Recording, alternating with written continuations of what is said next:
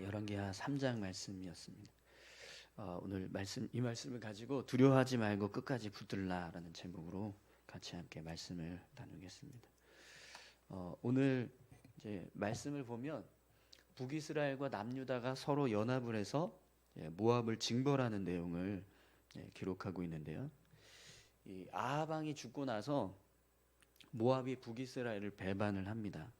오늘 본문에도 보면 원래는 이 모압 왕이 매년 양을 치는 일을 해서 새끼 양 10만 마리의 털과 순양 10만 마리의 털을 매년 이스라엘 왕에게 바치는 그런 조공을 바치는 일이 있었어요.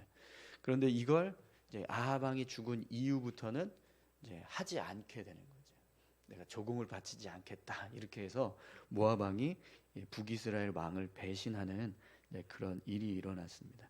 그래서 이제 이 북이스라엘 왕이었던 여호람이 남유다 왕에게 사신을 보내서 같이 함께 이 모압을 징벌하러 가자라고 요청을 합니다.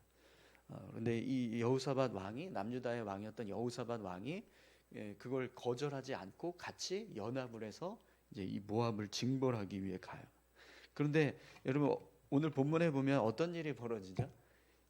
이들이 에돔 광야길로 해서 모압을 징벌하러 가는데 7일이 지나니까 물이 다 떨어져 가지고 이건 도중에 가다가 이제는 이 모압은 징벌하기는커녕 이들이 죽게 생긴 상황이 벌어졌습니다. 물이 다 떨어지니까 이제 전쟁을 치를 수도 없고 가던 길에서 다 죽을 것 같은 상황이 지금 벌어지고 있는 거죠.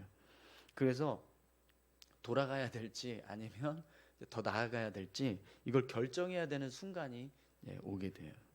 여러분 이 에돔 광야길이라는 이 길은요 역사적으로도 사실은 굉장히 정평이 나 있는 길이에요. 우리 주일날 민수기 말씀 같이 함께 나누는데 민수기 21장에 보면 이스라엘 백성들이 가나안 땅을 향해서 가다가 이 에돔 광야길로 둘러서 가나안 땅을 향해 가는 길에 그들의 마음이 상해서 하나님께 원망하고 모세를 불평하는 그런 모습이 나옵니다. 그래서 그때 하나님께서 내리신 징벌이 뭐였냐면 불뱀 사건이었어요. 불뱀 사건.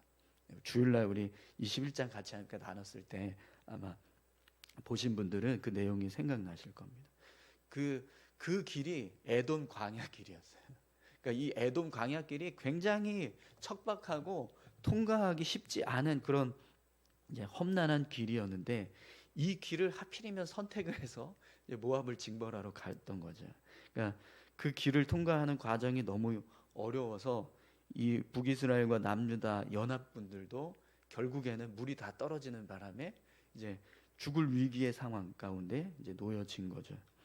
그때 여호사밧이 하나님의 선지자가 없냐, 우리가 돌아갈지 아니면 계속해서 나아가야 할지, 하나님께서 이 전쟁을 우리에게 승리케 하실지 아니면 패배케 하실지 우리가 알 수 있도록 하나님의 뜻을 우리가 좀 알아봤으면 좋겠는데 그 뜻을 말해줄 수 있는 선지자가 없냐 이렇게 묻습니다.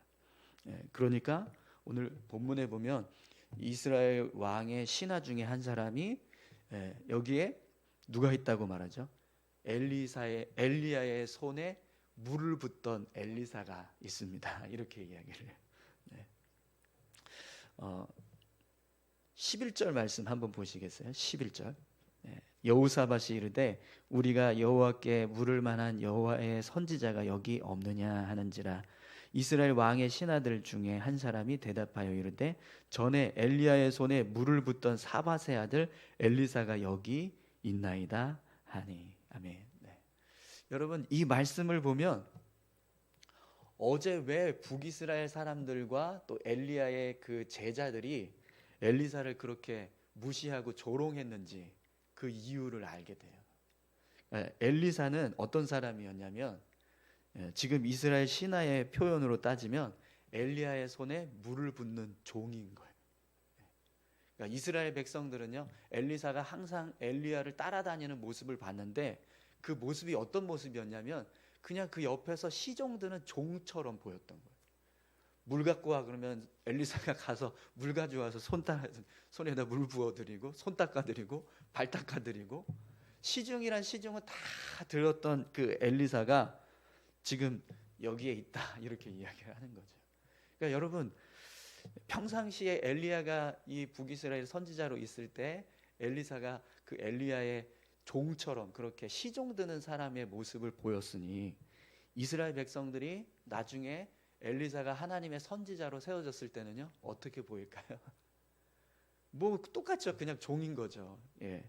여기 엘리사의 손에 엘리야의 물에 손을 붓던 엘리사라고 하는 사람이 있습니다. 이렇게 얘기할 수밖에 없는 거예요.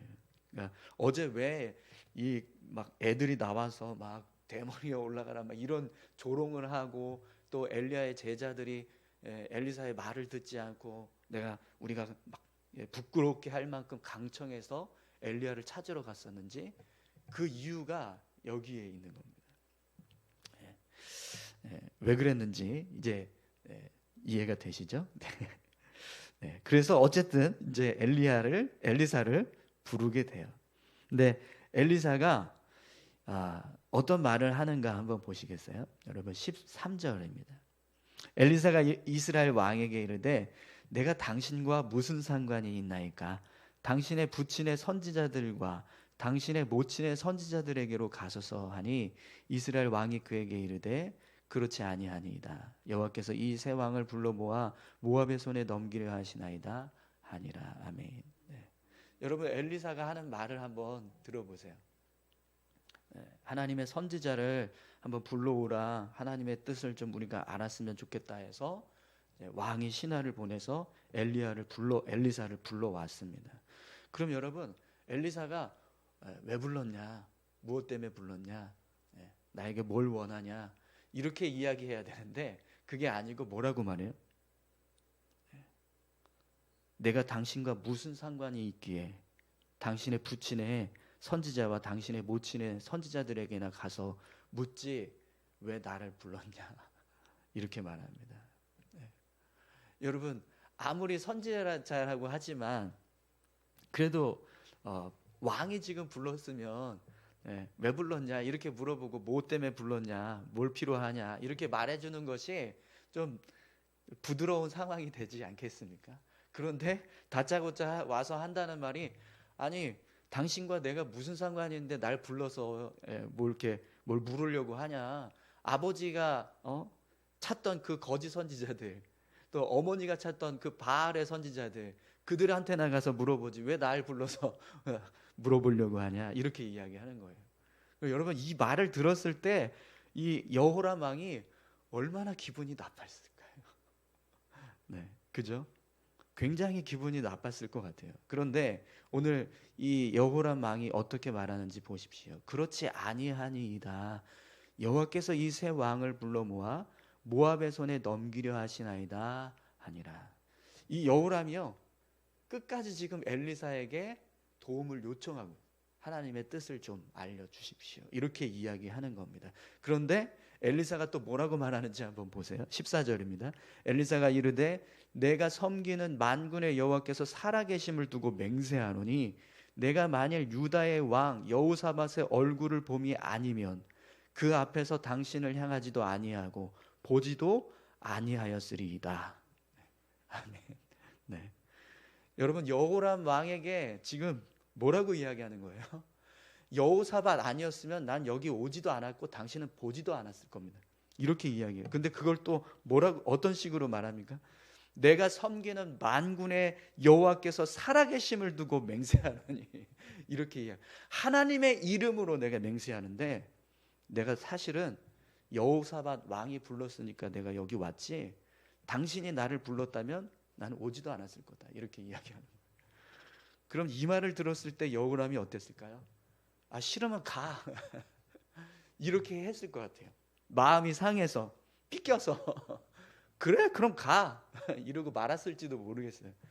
그런데 여호람이 끝까지 엘리사를 붙잡습니다. 그래서 여러분 오늘 말씀을 보면 하나님이 이 전쟁에서 승리하게 될 거라는 말씀을 주세요. 그리고 지금 물이 없어서 다 죽을 것 같은 상황이 됐잖아요.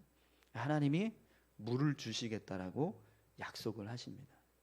그럼 여러분, 여호람 왕은 사실 하나님 앞에서 어떤 왕이에요? 오늘 본문에 보면은 2절에 이렇게 나옵니다. 그가 여호와 보시기에 악을 행하였으나 그의 부모와 같이 하지는 아니하였으니 이는 그가 그의 아버지가 만든 바알의 주상을 없이 하였습니다. 그러나 그가 느밧의 아들 여로보암이 이스라엘에게 범하게 한 그 죄를 따라 행하고 떠나지 아니하였더라. 하나님 보시기에 여호람 왕은요, 하나님이 도우실 만한 어떤 선한 모습이 하나도 없는 거예요. 그런데도 불구하고 지금 하나님께서 어떻게 하세요? 그들을 돕는 일들을 하고 계십니다. 그럼 왜 그랬을까요? 하나님 왜 이 여호람 왕의 모습을 볼 때, 그의 삶을 볼 때는 도울 필요가 없는 사람인 거예요. 하나님이 이 사람에게 축복하시거나 은혜를 주시거나 복을 내려주실 필요가 없어요. 오히려 징계를 하시면 징계를 하셨지. 그런데 지금 오늘 말씀해 보면 그들에게 복을 주시는 일을 하고 계신다는 거죠. 그러면 왜 그랬을까요? 왜 하나님이 이 상황에서 그들에게 복을 주실까요? 여호람이 엘리사의 말을 듣고요, 끝까지 하나님의 도움을 구하는 모습으로 섰기 때문에. 만약에 이 상황에서 그럼 가시오, 나도 당신 말 필요 없어, 당신이 뭐라고 하든 상관없으니까 가시오, 이렇게 그냥 쫓아버렸다면 하나님의 은혜가 임하지 않았을 겁니다. 그런데 지금 여호람은요, 끝까지 엘리사의 말에 청종하는 거예요. 어떤 말을 하든지 내가 당신의 말에 듣겠습니다, 이렇게 서는 거죠. 그러니까 결국에는 엘리사가 검은 고 탈 자를 불러오라고 이야기합니다. 그래서 검은 고 타는 사람이 검은 고를 타기 시작하니까 어떤 일이 벌어져요? 여호와의 손이 엘리사 위에 있더니라고 말씀합니다. 이 모습은요, 그냥 엘리사가 내가 당신을 향해서 하나님의 말씀을 전하겠습니다라고 해서 하나님 말씀이 전해지는 게 아니라 하나님도 엘리사의 모습을 보시고 인정하셨다라는 거예요. 그래서 하나님의 손이 엘리사에게 임하였더니 이렇게 지금 말씀이 기록되고 있는 거죠. 여러분, 끝까지 어떤 상황이 있어도요, 끝까지 하나님 붙잡으시기 바랍니다. 기분 나빠도 붙들어야 됩니다. 아무리 하나님의 말씀이 내 마음에 막 기분이 나쁘고 막 상하는 마음이 되고 그런 일이 일어나도 여러분, 말씀을 붙잡을 때 우리가 살 수 있습니다. 끝까지 붙들으십시오. 오늘 여호람이 이렇게 엘리사를 의지하니까 하나님께서 말씀을 주시는데 어떤 말씀을 주세요? 골짜기에 개천을 많이 팔아. 하나님께서 바람도 불지 않게 하시고 비도 내리지 않게 하시지만 이 골짜기에 물이 가득하게 하실 것이다. 그래서 여러분들의 가축, 너희들의 가축과 짐승이 다 마시게 될 거다, 이렇게 말씀하십니다. 그런데 이것으로 끝나지 않고요, 이렇게 말씀하세요. 18절을 보겠습니다. 이것은 여호와께서 보시기에 작은 일이라 여호와께서 모압 사람도 당신의 손에 넘기시리니. 이스라엘 백성들이 전쟁에서 승리하게 될 것이다라는 사실을 말씀합니다. 그래서 모압의 성들을 다 허물어 버리고 그들의 아름다운 땅을 다 치게 될 거고 좋은 나무를 다 베고 샘은 메우고 밭은 다 헐게 될 거다, 이렇게 하나님께서 전쟁에서 승리하는 내용을 말씀해 주십니다. 근데 전쟁에서 승리하는 이 승리도요, 어떤 승리냐면 완벽한, 정말 이 모압을 완전히 징벌할 수 있는 그런 전쟁에서의 승리를 지금 말씀해 주고 있어요. 이 말씀이 끝나고 나서 그 다음 날 어떤 일이 벌어지냐면 갑자기 에돔에서부터 물이 흘러와서 그 골짜기, 연합군이 있는 그 골짜기에 가득 차게 됩니다. 그래서 결국에는 이스라엘 백성들이 모압 연합군이 이 물을 통해서 갈증을 해결해요. 그런데 여러분, 재미있는 상황이 벌어집니다. 그 똑같은 상황을 모압 사람들은 어떻게 봤냐면 골짜기에 물이 잔뜩 차 있는데 햇빛이 비치니까 그 골짜기에 물이 빨갛게 보인 거예요. 그런데 모압 사람들은 이게 북이스라엘과 남유다가 서로 뭔가 문제가 생겨서 갈등이 나서 서로 전쟁을 치러서 같이 서로 죽은 거다. 싸워서 다 서로 죽여서 피가 저 골짜기에 가득하다 이렇게 생각을 합니다. 그래서 그들이 야 우리 서로 싸워서 다 죽였으니까 노략이나 하러 가자 이러면서 그냥 쫄래쫄래 나오는 거예요. 근데 그게 아니었던 거죠. 골짜기에 있던 물이 해에 비쳐서 붉게 보였던 건데 그걸 피로 착각한 이 모압의 군사들이요, 그냥 무방비 상태로 노략질이나 하려고 나왔다가 이스라엘 군대에 완전히 둘러싸여서 다 진멸하는 그런 상황이 이제 벌어지게 되는 거죠. 그래서 결국에는요 전세가 완전히 이스라엘 쪽으로 넘어가요. 그래서 모압 왕이 700명의 군사들을 이끌어서 이 연합군을 통과해서 에돔으로 도망을 치려고 했는데 그게 저지가 됐어요. 그래서 어떤 일을 하죠? 여러분 27절을 한번 보시겠어요? 이에 자기 왕위를 이어 왕이 될 마다들을 데려와 성 위에서 번제를 드린지라. 이스라엘에게 크게 경노함이 임하매 그들이 떠나 각기 고국으로 돌아갔더라. 아멘. 여러분 지금 이 상황이 굉장히 이상한 상황이 지금 벌어지는데요. 모압 왕이 어떤 일을 했냐면 이 전쟁에서 완전히 패배할 것 같으니까 자기 맏아들, 이제 자기가 죽으면 자신의 아들이 대신해서 모압의 왕이 돼야 될 사람이 있는데 그 왕위를 계승할 맏아들을 데려다가 인신제사를, 그 아들을 잡아서 모압 신에게 바치는 제사를 드립니다. 그런데 그 모습을 이스라엘 백성들이 보고요, 오늘 본문을 보면 크게 경노함이 임함에 그들이 떠나 각기 고국으로 돌아갔더라 이렇게 기록됩니다. 이스라엘 백성들이 그 모압 왕이 제사를 드린 모습을 보고 무서워서 도망쳤다는, 집으로 다 돌아갔다는 거예요. 여러분 왜 이스라엘 백성들이 그 모습을 보고 두려워서 도망을 갔을까요? 이해가 안 되지 않습니까? 왜 이 모압 왕이 제사를 드리는 자기 아들을 이제 바쳐서 인신 제사를 드린 그 모습이 이스라엘 백성들에게 큰 경노함이 일어나게 돼서 그것 때문에 다 그냥 집으로 돌아가는 일이 벌어졌는데 왜 이런 일이 벌어졌을까요? 여러분 오늘 이 말씀을요,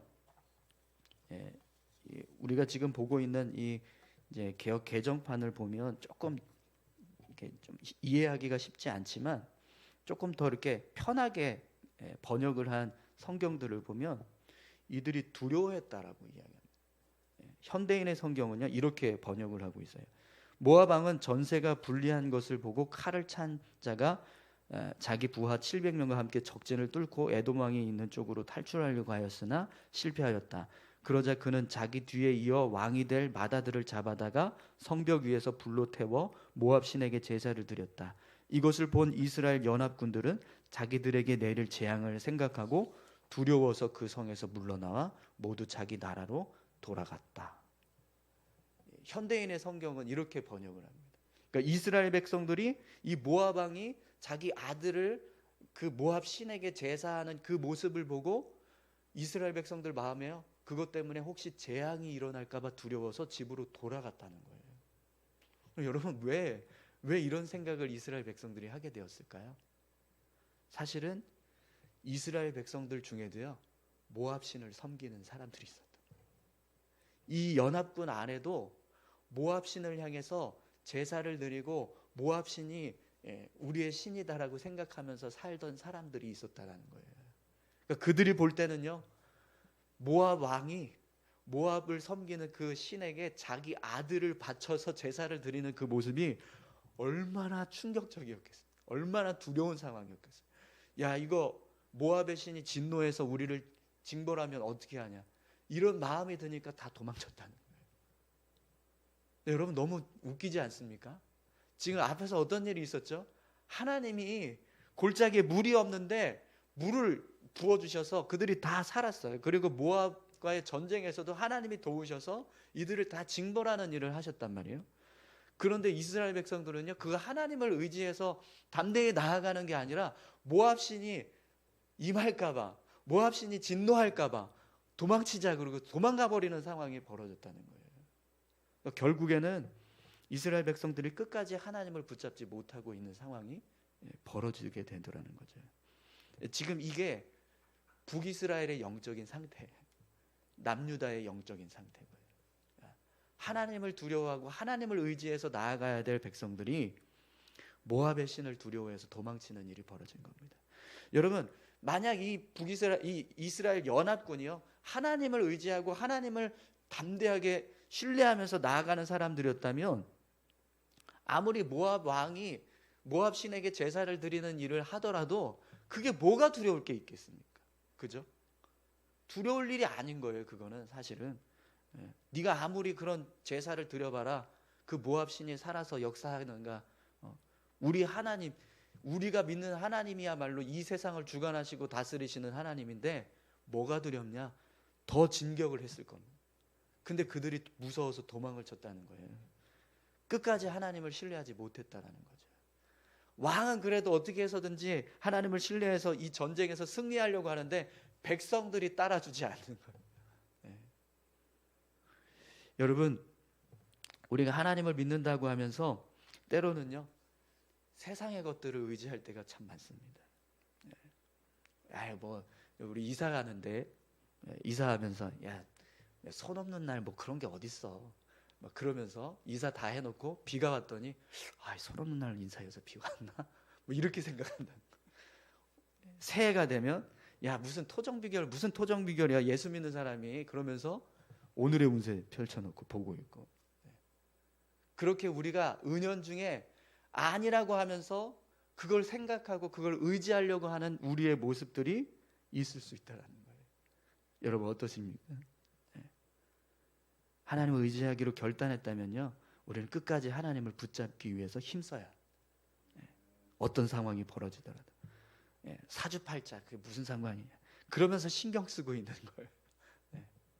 그러면 안 된다라는 거죠. 다른 종교에서 어떤 일들을 하든 무슨 이야기를 하든, 여러분 이 세상을 주관하시는 분은 하나님이십니다. 아멘이신가요? 네. 그 하나님만 붙잡으시면 아무 문제 없습니다. 하나님만 의지하면 우리 삶 가운데 일어나는 모든 어려운 일들을 다 해결해 나가게 될 줄 믿습니다. 우리 삶에 필요한 힘과 능력은요, 하나님으로부터 오는 거지 다른 어떤 세상으로부터 오는 것들이 아니라는 거죠. 그런데 그걸 깨닫지 못하면 하나님을 붙잡고 있는 손도 얼마든지 다시 세상을 향해서 펼칠 수 있는 모습이 될 수 있다는 거예요. 이스라엘 백성들이 지금 그런 모습을 보여주고 있는 거죠. 여러분, 오늘 저와 여러분들이 정말 끝까지 흔들리지 않고 하나님을 의지해서 살아가시는 믿음의 사람들 되시기를 축원합니다. 우리 같이 함께 기도하실까요? 하나님을 끝까지 붙잡으려고 했던 여호람을 향해서 하나님이요, 은혜를 주십니다. 복을 주세요. 전쟁에서 승리하게 하시고 또 그들에게 필요했던 물도 주셨습니다. 그런데 이 전쟁은요, 완전히 모압을 진멸할 수 있는 전쟁이었음에도 불구하고 결국에는 이스라엘 백성들이 하나님을 끝까지 신뢰하지 못하고 무서워서 도망치는 바람에 결국 모압이 살아남습니다. 하나님을 의지하면 하나님이 복 주셔서 승리케 하시고 은혜를 주시는데, 그걸 놓쳐버리니까 결국에는 또 다른, 언젠가는 이 모압이 성장해서 북이스라엘을 향해 어떤 일을 행하게 될지 알 수 없는 그런 적이 남게 되는 겁니다. 우리 이 시간 같이 함께 기도하실 때요, 하나님, 우리가 정말 끝까지 하나님 붙잡고 하나님을 의지하는 자로 서게 해주시고, 어떤 상황에서도 세상과 타협하거나 다른 것들을 붙잡는 것이 아니라 오직 하나님만 붙잡고 하나님만 의지하면서 살아가는 믿음의 사람 되게 해주십시오. 우리 이렇게 같이 함께 기도하셨으면 좋겠습니다. 함께 기도하겠습니다. 하나님 아버지 감사합니다. 하나님을 의지하기 원합니다. 하나님을 붙잡고 신뢰하며 살아갈 수 있기를 소망합니다. 하나님